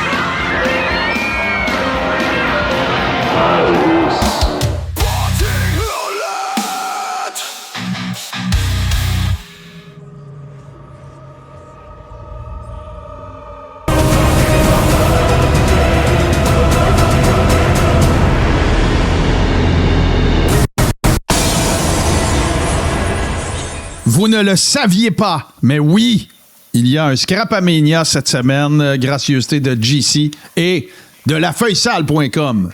Le meilleur site pour vos nouvelles, potins, chroniques, actualités, lutte et particulièrement pour la lutte d'ici. Grâce à notre ami Jonathan Divertissement. D'ailleurs, le rapport en question sort pas mal toujours autour du jeudi-ish ou vendredi AM-ish. Alors, voilà. JC, écoute, ça part, c'est du gros stock. C'est du gros stock, on part ça. Je te laisse nous parler de tes trouvailles, n'est-ce pas? Ben, on a la Kippa DX ici.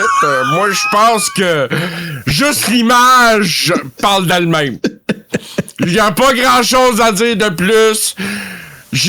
Mais j'aimerais ça voir quelqu'un la porter. J'aurais aimé ça.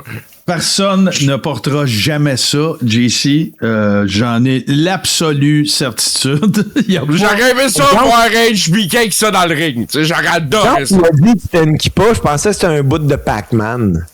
Hein? Mais non, c'est... oui, à cause du trou qui a l'air OK, ouais, je comprends. Là. C'est pas l'item autant que le photomontage. Mais tu sais, quand on parle de merch ridicule, parce que là, en plus, tu t'adresses à un public très, très niché, là, on s'entend, là. Non, mais ça n'a pas dû être un succès commercial. Regarde, je vais te résumer ça de la façon la plus politically correcte possible, OK? Quand j'imagine quelqu'un porter un item promotionnel de DX, l'item auquel je pense, c'est pas une kippa. OK? Non, je suis d'accord, tu sais. Et puis, tu sais, je verrais pas d'équipe Austin 316 non plus. Non, c'est ça. Écoute, un personnage qui a... comment je dirais ça? Qui était plein de promesses, mais qui a assurément pas livré. Pour avoir, entre autres, trouvé le moyen de faire chier un monsieur que vous connaissez sous le nom de Farouk, et qui est définitivement un monsieur que ça te tente pas de faire chier, mais même ces gens-là peuvent être victimes de merch raciste et complètement péjorative, limite insulte. Et je parle ici de monsieur Ahmed Johnson, qu'on a décidé de mettre dans un beau scénario de Hillbilly avec son chapeau de paille. Et c'est complètement ridicule. C'est complètement... Ouais. On dirait que la figurine vient de se réveiller en enfer. Tu sais, il y a tu la face. Mais là, j'ai mis celle d'Ahmed Johnson parce que c'est celle dans le lot des figurines Stomp qu'ils ont faites cette année-là qui se démarquent le plus, mais sont toutes laides. Ouais, puis juste pour les gens, une raison de plus pour vous joindre à nous sur Twitch ou de regarder ça en rattrapage sur notre chaîne YouTube, c'est que, en fait, c'est une figurine d'Ahmed Johnson qui se ressemble à peine, mais qui vient avec des accessoires tels un gourdin, un chapeau de paille, une veste déchirée, une chainsaw et, comment dire, pas un bolo, mais un couteau là, pour couper du bambou. Là, une machette. Une machette, merci beaucoup. Alors, c'est pas exactement ce que je qualifierais. C'est pas très lutte, mettons. Non, pas très lutte et pas très respectueux. Maintenant... Son gear, il était pas rouge à mettre Johnson. Oui, il était rouge, tout à fait. Maintenant, écoute, je ne savais pas qu'il existait des céréales desquelles on pouvait dire que c'était les meilleurs qui ont existé, les meilleurs qui existent et les meilleurs qui existeront jamais. Mais oui, ça existe. Ouais, la WCW dans son incroyable merchandising, naturellement. Les céréales Bret Hart, il y en a eu d'autres aussi, je pense que Goldberg a eu ses céréales. Puis tu mets la boîte de céréales de Goldberg à côté de celle de Bret Hart, mais les céréales de Bret Hart deviennent amères. Ah, OK. Parce que non, moi, je pensais que si tu mangeais les céréales de Goldberg, tu pouvais avoir les symptômes d'une commotion. Mais je tiens à dire que ça, les céréales, tu peux acheter une boîte pleine, pas manger sur eBay pour une vingtaine de piastres pour les gens qui s'intéressent. Bon. Mangez pas ça. Écoute, ça tombe bien qu'on ait Brett parce que invariablement, ça va nous amener à parler de Goldberg. Goldberg qui est représenté dans une pose qui n'est pas sans rappeler le fait de faire caca et ça donne ceci. Oh. Hey, ça, c'est un truc que tu colles dans ta vitre de char en arrière, là. Tu sais, on est loin du Garfield qui fait des tatas, là. on est loin de GC. On est loin de tout. On est loin de tout, là. C'est hallucinant. C'est le Windows Smasher Bill Goldberg.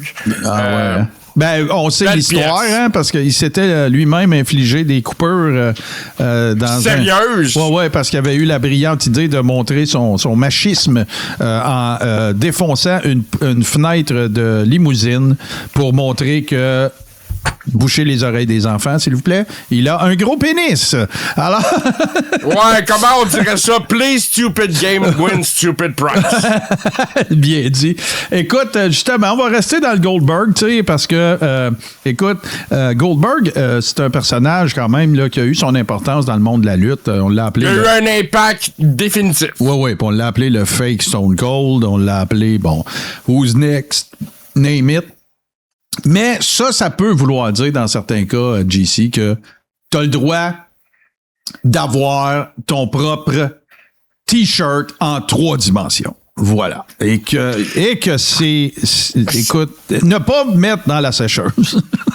Ben, pas mettre dans sa chose. Ne pas porter non plus. Je tiens à le dire. Là.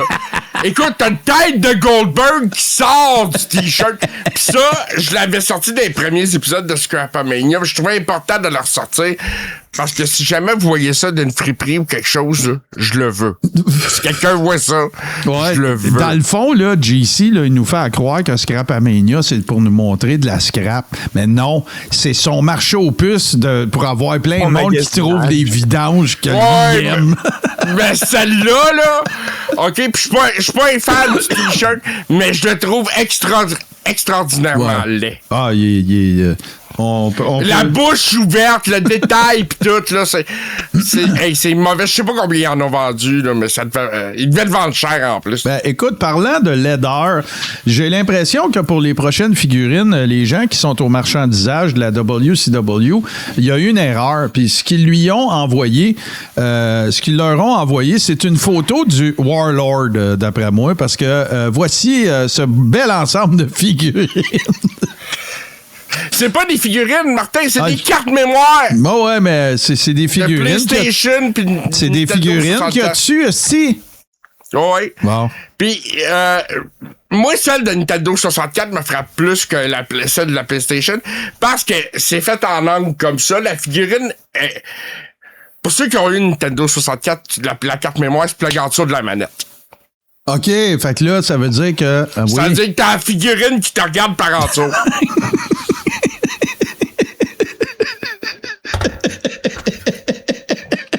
Je sais que c'était épais. Fait que, tu sais, tu te dis, bon, moi jouer une petite game à soir. Faut que tu fasses ça avec Goldberg qui te regarde tout le temps. C'est ça. C'est pas sans rappeler l'appareil photo de Hulk Hogan, bien sûr. En effet, en effet. Mais ceci dit, c'est des items de collection qui sembleraient très recherchés là, dans le domaine du gaming. Ah, bon, ben, on va laisser les avoir. Écoute, qui n'a jamais vécu cette situation, chers amis? Tu reviens de sortir un soir et tu as une petite fringale. Et là, ben, tu cherches quelque chose à grignoter. Tu as un biscuit, quelque chose. Ben, je vous présente la Tony Truante, genre à biscuit, Stone Cold. Puis là, Martin, tu sais, je tiens à attirer ton attention sur l'étiquette du village Valeur. Oui, on voit qu'elle se détaille. C'est dans une brocante. Oui, elle se détaille un ronflant $7,99. Puis tu vois Stone Cold, dans son regard, il a dit « Mais qu'est-ce que je suis devenu? » Il y a combien d'abdos, ton Stone Cold? Non, mais... On se mélange entre les abdos puis le chest, là. C'est ça qui arrive. Ouais, c'est ça qui arrive, tu sais. Mais, tu sais, comment je te dirais ça? Tu mets un compte en poil blanc à place de la veste de cuir, puis c'est genre un biscuit Steve Ace. Ah, t'as bien raison. L'autre affaire aussi, c'est qu'en fait, Steve, c'est pas que le décompte de son nombre d'abdos est différent, c'est qu'il y a 2 chests. C'était carré, il y a 2 kits de pectoraux. Là, sur le bras, c'est-tu le prix? Ou oui, c'est 7,99. Dans une brocante. J'ai pris cette photo-là précisément pour ça. La brocante à Joseph. Tout vent, tout revient, puis tout reloue. C'est ça. Ah, sacrément, c'est mon segment préféré de ce show-là. Et là, écoutez, peut-être n'avez-vous jamais imaginé qu'il était possible de se promener avec un postérieur sur la main, mais grâce à Billy Gunn, c'est possible. Hey, ça, là! Je savais pas que ça existait. Quand j'ai découvert ça cette semaine, ben non qu'ils ont fait ça. Puis en même temps, ben oui, ils ont fait ça. Ah, tu sais, toute cette... Ça, là, c'est l'époque pré-DX, au cours de laquelle, soyons honnêtes, là, Road Dogg, Jesse James, puis Billy Gunn, La WWE n'avait aucune espèce de calice d'idée quoi faire avec eux. C'est pas plus compliqué que ça. Non. De leur propre aveu, les deux vivotaient, faisaient des spots shows, des house shows, puis tout ça, puis c'était des faire-valoir d'à peu près tout le monde. Puis là, tu sais, rappelez-vous, là, Billy Gunn a déjà été le protégé d'Honky Tonk Man, là. Rockabilly! Exactement. Il y a eu Mr. Ass, il y a eu, écoute, c'est n'importe quoi. Puis Road Dogg Jesse James, bien évidemment, il y a eu le fameux spot épique, fantastique du Roadie avec Jeff Jarrett. Mais après ces petits soubresauts de potentielle popularité, disons que ça l'a un petit peu passé dans le blender. Et là, ben, ça a donné ce qu'on sait aujourd'hui. Mais le prochain item est absolument fantastique. Et si quelqu'un possède ça ou sait où je peux le trouver, moi, j'en veux un, et c'est ceci. Moi, je sais où tu peux le trouver. Ben, j'en veux un. Voilà. OK. Martin, ça, c'était la bebelle cool de la semaine. C'était un panneau luminaire, Roy's War. Attends, regardez ça, là. Check ça, c'est beau. Ça, là, écoute, ça me prend ça dans ma vie. Ben, moi aussi, je t'avoue, là, je vais t'envoyer le lien pour te le procurer. Puis tu vas voir que les prix sont surprenamment abordables. Bon. Écoute, en bas de 10 000, on devrait être correct. Ouais, non. Mais ça, vraiment, puis c'est fait en impression 3D avec des lumières LED puis tout ça. Moi, j'apprécie les créateurs comme ça qui créent des affaires. Vous allez voir, je l'ai trouvé d'autres éventuellement. Puis, excuse-moi, je ris parce que je sais c'est quoi que ça en vient. Ah, ben moi aussi, je le sais, Martin. Je les ai envoyés, Chris, de photos. Puis, c'est chiant pour Steve, là. C'est chiant pour Steve. Steve, il a hâte de voir l'autre. Mais c'est ça. Puis le fabricant de ça fait d'autres modèles aussi. Nice. C'est le modèle que j'ai retenu parce que il est magnifique. Bon, puis là, écoutez, là. Dans toute l'histoire, tiens, on va remontrer dans toute l'histoire de Scrapamania. Prends ton temps, Martin, avec ça. Prends ton temps. Dans toute l'histoire de Scrapamania, aucun worker n'a été plus victime d'inaptitude, de médiocrité que Sting. Il existe virtuellement aucun article de merch qui a de l'allure pour Sting. Et votre honneur, je vous présente en pièce à conviction cette immondice. Ça, c'est une poupée life size, donc de taille réelle. C'est un truc gonflable de Sting. Quel enfant qui fera pas une crise de panique en voyant ça, en se levant la nuit pour aller faire pipi? Voyons, ça n'a pas de bon sens. Puis les pieds de chaque côté, là. Ouais. C'est-tu une bébelle, là? On avait ça quand on était jeune, là, on appelait ça un bozo. Nous autres, il y a comme du sable dans le bas, puis tu frappes dessus, puis il relève tout le temps. Je sais pas. Ça n'a pas l'air. La manière que c'est fait, ça relèverait jamais. Non, check les pieds, Steve. Il y a deux cheveux cassés. Hey, c'est quelque chose, hein? C'est ahurissant. C'est laid en sacrament. JC, imagine-toi, là, 2 secondes, OK? Là, fait que là, il y a le gros meeting du vendredi, là, avec toute la gang de la merch, là, tu sais, puis tout. Puis ouais, là, il y a Serge, là, qui avait son nouveau projet, il est supposé nous montrer ça à cette heure aujourd'hui pour qu'on check ça, puis tout. Puis là, tu sais, tout le monde, ouais, de la merch de Sting, tu sais, ça... Il serait temps que ça vende un peu, puis tout. Puis là, ben Serge, il arrive, puis tu sais, là, Serge, il y a une boîte, tu sais, puis pas une boîte, mais une affaire qui fait tenir quelque chose de bout avec un rideau devant, là. Bon, fait que là, la gang, je suis vraiment content. Je pense que l'item que ça prend, là, on l'a. Puis là, il lève le rideau, puis il monte ça. Imagine-toi les faces des dudes puis des madames qui sont assis dans la salle de conférence, là. Moi, je tiens à dire que la ligne de ce produit-là ne comprend que Sting. Il n'y a aucun autre lutteur dans ce produit-là. Ils ont pas fait Hulk Hogan. Ouais. Ils ont pas fait DDP. Ouais. Ils ont pas fait personne d'autre. Ils ont fait Sting. Si je me trompe pas, regarde, on dirait que les mains sont à l'envers, les pieds sont sur le côté. C'est laid sans bon sens. Ils s'en rendront Il n'y a pas pas un parent qui aime son enfant qui a fait un affaire de même. Hey, attends une minute, là, je vais essayer de voir. Là, juste avant, là, on va C'est juste, attends. une annonce importante, Martin. Juste pour montrer que les gens le voient super bien, là, je l'ai mis en feature, là, c'est épouvantable. Oui, attends, Steve. Nous, ouais, on t'écoute. Ouais, là, je pense que ça va être important. Là, Bon. C'est bien beau, Scrapamania, là, mais j'ai une annonce peut-être plus importante que ça. Oui. Si jamais vous connaissez quelqu'un qui en a reçu un, entre 2 séances de thérapie, on aimerait ça pouvoir lui parler à cet enfant. Tout à fait.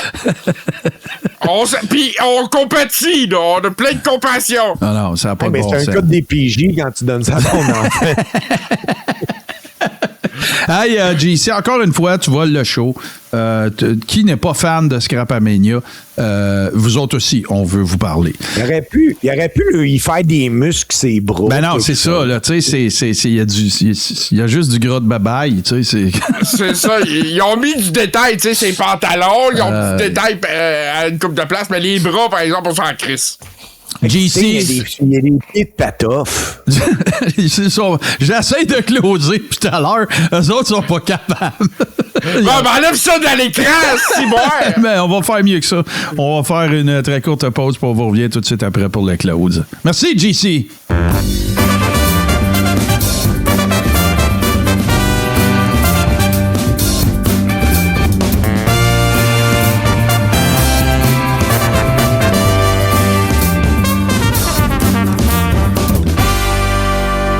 Et oui, votre JC préféré se lance dans un show à lui. Stuco et Préfini sur Tout ce qui TV. Oui, mesdames et messieurs, c'est bien la même personne que vous venez de voir dans cette publicité. C'est JC de Stuco et Préfini, l'étoile montante de Tout ce qui TV, voilà, qui arbore très fièrement sa merch, qui n'est pas de Sting, donc qui est belle. Fait que Steve, tu nous as garnoté une méchante de grosses nouvelles. Là. Ça, c'est quand même assez huge. C'est quoi la date? Rappelle-nous la date de l'événement, s'il te plaît. 23 mai à l'Arena de Sainte-Martine. Les billets vont sortir dans les prochaines semaines. Parfait. On va annoncer ça en grande pompe de toute façon. Ou sur lafeuillesale.com, mesdames et messieurs. Lafeuillesale.com. Là, c'est le site de référence francophone pour de la lutte. On est le 783e meilleur site de nouvelles de lutte au monde. Voilà. Sur 782. Mon cher G-Central, est-ce que, écoute, j'ai bien apprécié, ça me tente de te le demander parce que tu es habillé aux couleurs du Canada, puis tu sais, le Coréron, on peut parler de ce qu'on veut. Est-ce que tu as vu le match hier contre la Tchéquie? Oui, j'ai vu le match contre la Tchéquie. Un match de hockey qui est parti dans tous les sens. Exact. Et avais-tu remarqué, n'est-ce pas, qu'il y avait 6 joueurs sur la patinoire et 2 pénalités qui n'avaient pas été appelées avant le 3e but des Tchèques? Moi, je l'avais pas remarqué, mais les réseaux sociaux m'ont fait en sorte de me le faire remarquer. Un petit peu. Légèrement. Imagine si le Canada avait perdu le match. Ah, ben là, écoute, en plus, c'était un arbitre américain, n'est-ce pas? Ouais. Alors, coïncidence, je ne crois pas. Oui, les boys, je l'écoute, le tournoi olympique. D'ailleurs, on est jeudi présentement à 1h10. C'est la finale États-Unis contre Canada au hockey féminin. On va souhaiter que ça aille dans notre sens. Ouais. Mais je peux pas parler de ce tournoi-là pour le hockey masculin sans parler d'un gars que j'ai découvert que, écoute, il est incroyable. Macklin Celebrini. Ouais. C'est fou, 19 Un phénomène de hockey. Mais t'as vu, hein? T'as vu nos voisins du Sud qui braillent parce que son père travaillait aux States, parce qu'il est né aux States, puis qu'il a la citoyenneté canadienne, puis là, il devrait jouer pour les États-Unis, mais... Et moi, là, la seule affaire que je vais lui dire aux States, là, c'est que le 3e meilleur marqueur de but américain, là, vous l'avez pas pris, puis il s'appelle Cole Caulfield, fait que mangez de la chenoute. Voilà! Excellente observation. Ils ont boudé Cole Caulfield, ils ont boudé Lane Hudson, puis ça va y rattraper. Le Carré-Rond Sport, mesdames et messieurs. Avant de vous laisser et de remercier mes collègues, bien sûr, je vous rappelle qu'il vous est possible de faire partie de notre communauté en vous rendant sur patreon.com/tout-ce-qui-tv et avoir accès à une communauté privée fantastique composée de tripeux de lutte comme nous, avec qui échangent des rumeurs, des mimes, des photos, des nouvelles et tout ça qui s'appelle la Rib Room, n'est-ce pas? Mais qu'il n'est possible d'accéder que par patreon.com/tout-ce-qui-tv. D'ailleurs, on prend 2 secondes pour les saluer, les remercier, bien sûr, de leurs habituelles contributions. Une autre chose importante, c'est aller sur lafeuillesale.com. On a un plaisir fou à gérer ça, à populer ça de nouvelles, de chroniques, de billets, de potins, de tout ce que vous voulez. Suivez-nous sur les médias sociaux, sur Facebook, et nous sommes sur Blue Sky également parce qu'on n'aime pas Elon Musk. Et je parle pas de nous individuellement, mais le Carré-Rond ne trippe pas sur Elon Musk. Fait qu'allez faire un tour sur Blue Sky. C'est la même affaire, en fait, sans intrusion qui n'en finissent plus, que d'être abonné à notre blog de lutte. Donc, à chaque fois qu'il y aura une nouvelle, vous la verrez. Et c'est également partagé sur la page Facebook podcast Le Carré-Rond. Donc, voilà. Un autre petit rappel, c'est que nous sommes disponibles sur toutes les bonnes plateformes, c'est-à-dire Balado Québec avant tout, Apple Podcast et Spotify. Allez faire votre tour, cherchez Le Carré-Rond. Il n'en existe qu'un, et c'est celui-ci. Messieurs, je vous remercie solennellement. Go Canada, go pour la finale. Merci d'avoir été avec nous en rediffusion pour les gens qui sont sur Twitch, et nous vous rappelons de venir faire votre tour tous les jeudis 19h dans 99,98% des cas, c'est live, à l'exception d'aujourd'hui, parce que Steve est un workaholic fini et on lui souhaite quand même un excellent anniversaire. Salut, messieurs.